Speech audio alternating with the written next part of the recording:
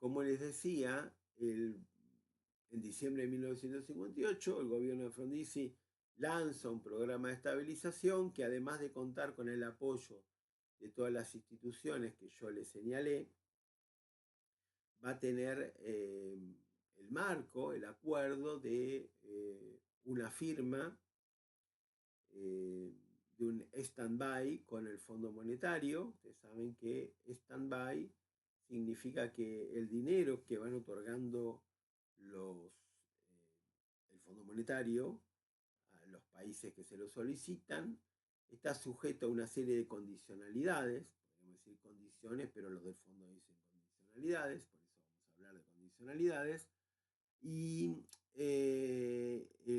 los desembolsos que el fondo va haciendo se va a dar con el cumplimiento de las metas, ¿sí? Por eso es un préstamo stand-by, no viene toda la plata junta, va viniendo por tramos, ¿sí? Y esto en la medida en que se cumplan las condicionalidades. Algunas se van a cumplir, otras no se van a cumplir, y lo que hacen los países endeudados cuando están en esta circunstancia, le solicitan al Fondo Monetario un perdón que se llama waiver, o sea, perdón en inglés, y eso es para que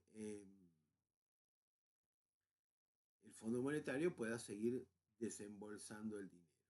Este paquete, que es un paquete importante de 329 millones de dólares en su conjunto, lo del Fondo Monetario, lo del Tesoro de los Estados Unidos y lo de los bancos privados, ese paquete, si bien se gestiona en diciembre, recién va a estar llegando por mayo-junio. Esto tiene que ver con lo que sucede con este plan de estabilización de diciembre del 58. Entre lo que estaba en el acuerdo y que se va a cumplir, se va a liberar el mercado de cambios, es decir, de toda esa maraña que había, del control de cambios, del tipo de cambio fijo, el mercado oficial y el mercado libre. Va a haber un solo mercado con un solo precio, que justamente es el que determina la oferta y la demanda, sin intervención estatal. O sea, vamos a tener un tipo de cambio libre, y sucede lo previsible. Al pasar de un dólar oficial de 18, estaba muy atrasado, un tipo de cambio libre, el valor del dólar va a subir de 18 a 100, y después ya vamos a ver que a mediados del año 59 va a bajar a unos 83 pesos, pero se produce justamente eh, una depreciación muy importante del peso al introducirse la cuestión de el mercado libre. Esto lo pide el Fondo Monetario, lo cumple el gobierno argentino y tiene esas consecuencias. Al mismo tiempo, otra condicionalidad que pone el Fondo Monetario y que cumple el Estado argentino es subir las tarifas de las empresas de servicios públicos con el objetivo de reducir su déficit. Eso lo va a cumplir el Estado argentino y va a subir las tarifas de las empresas de servicios públicos. También el Estado argentino se compromete a emitir en niveles mínimos de alrededor del 2% mensual, que para los niveles argentinos es muy poco. Esto no se va a cumplir, no se va a cumplir. Y reducir el déficit del Estado. En este caso, lo que se hace es dar eh, un aumento salarial muy pequeño y luego congelar los sueldos de los empleados estatales. Eso va a significar un ahorro en el nivel de gasto, pero no lo necesario como para lograr que no haya déficit. O sea, el déficit del año 58 fue elevadísimo y el del 59 también va a seguir siendo elevado porque tenemos todas estas cuestiones. Entonces, eh, ¿qué va a pasar con la cuestión de los encajes? Se propone, y esto se firma con el Fondo Monetario, subir los encajes bancarios para restringir la circulación de la moneda. En este caso no se puede cumplir porque en esa época se da una huelga de empleados bancarios que impide la concreción práctica de esta suba de encajes. En su conjunto, con todo lo que yo les estoy diciendo, no se planteaba ningún tipo de control de precios ni nada por el estilo. Esta primera fase que tiende a favorecer a los exportadores, para que los exportadores puedan aumentar sus ventas externas, arreglar el problema de las divisas, porque si bien hay una cierta liberalización del comercio exterior, porque otra de las exigencias del fondo que se va a cumplir parcialmente es la eliminación de los cupos, lo cierto es que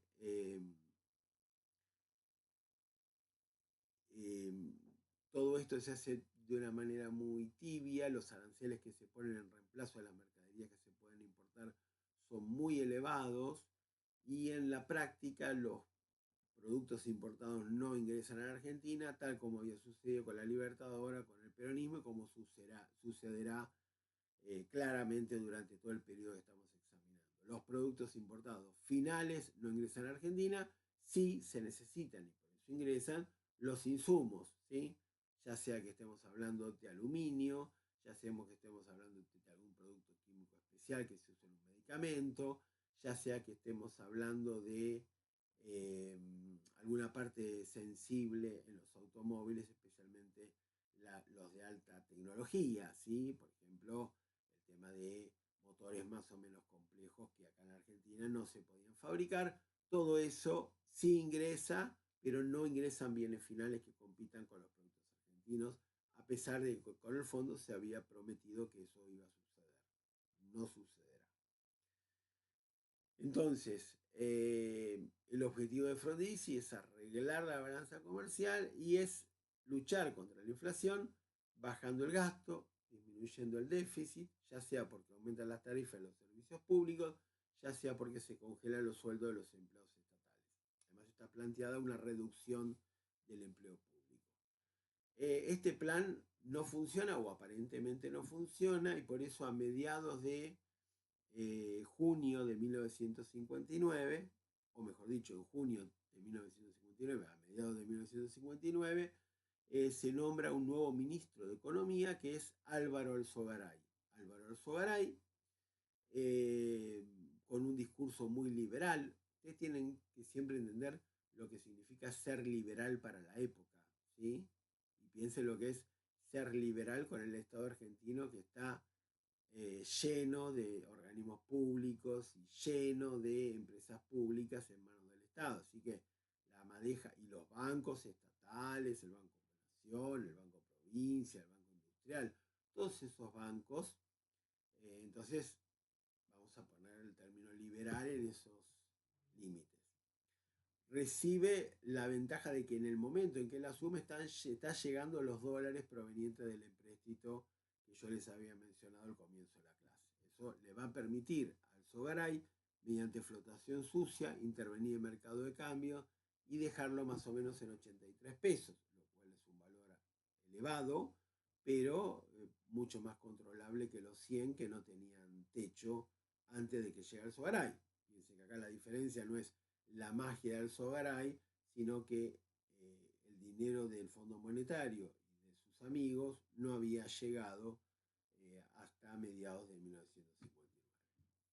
Entonces, Alzogaray lo que trae como innovación es esto y también que a partir de su asunción las empresas públicas no podían recurrir al Tesoro para financiarse, sino que tenían que endeudarse en el exterior o en la Argentina. Es decir, que el Estado argentino de esa manera disminuye el gasto, por lo menos en principio, porque estas empresas se financian para su funcionamiento en el exterior.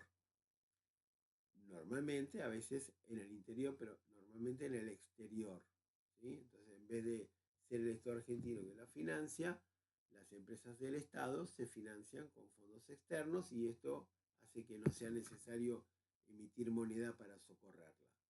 Es polémico, hay que pensar cuán largas son estas patas que sostienen la iniciativa, pero en este caso, así como no se juzgan los cuerpos, no juzgamos las políticas económicas, pero ustedes se darán cuenta que hay algo que no está bien, como no está bien cuando el presidente Frondizi completa completamente ebrio, da un aumento salarial del 60%. Eso no hace falta que se lo diga yo, pero hay que contarlo porque así uno se va dando cuenta de que en la Argentina siempre se pueden dar estas cosas más o menos divertidas. Entonces, esta sería como el tercer plan. Primero es el de mayo del 58, expansivo y loco. Después el plan de estabilización de diciembre del 58, con el apoyo del Fondo Monetario. Ese apoyo va a seguir estando luego. Y después el broche, que es el que da el Sogaray.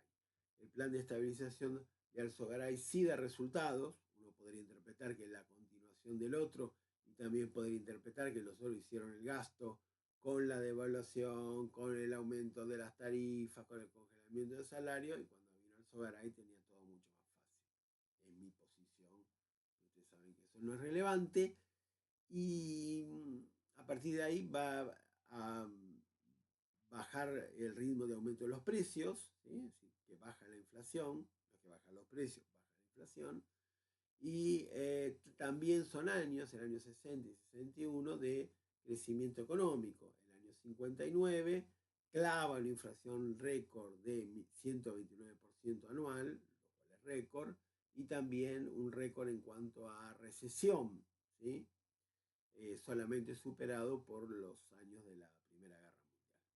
Pero el año 61 y años 60, años 60 y años 61 son de inflación a la baja y expansivos, ¿sí?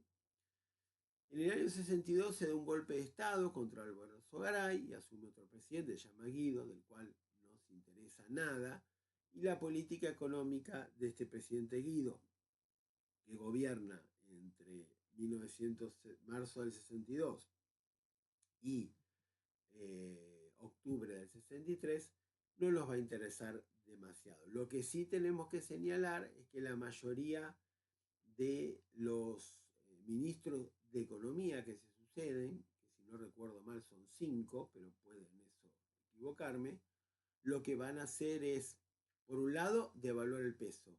Devaluar, acá estamos hablando de tipo de cambio fijo, se vuelve el tipo de cambio fijo, inconvertible, y se devalúa el peso, ¿sí?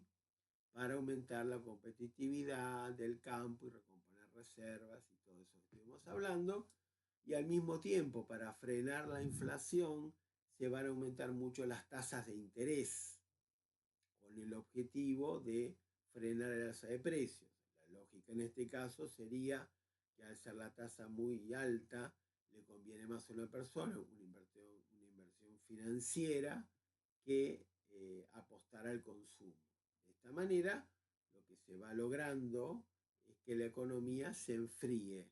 Hay más actividades económicas, que la economía entra en recesión, y de esa manera se piensa combatir la inflación, que la recesión resulte el ancla para que los precios no se desboquen.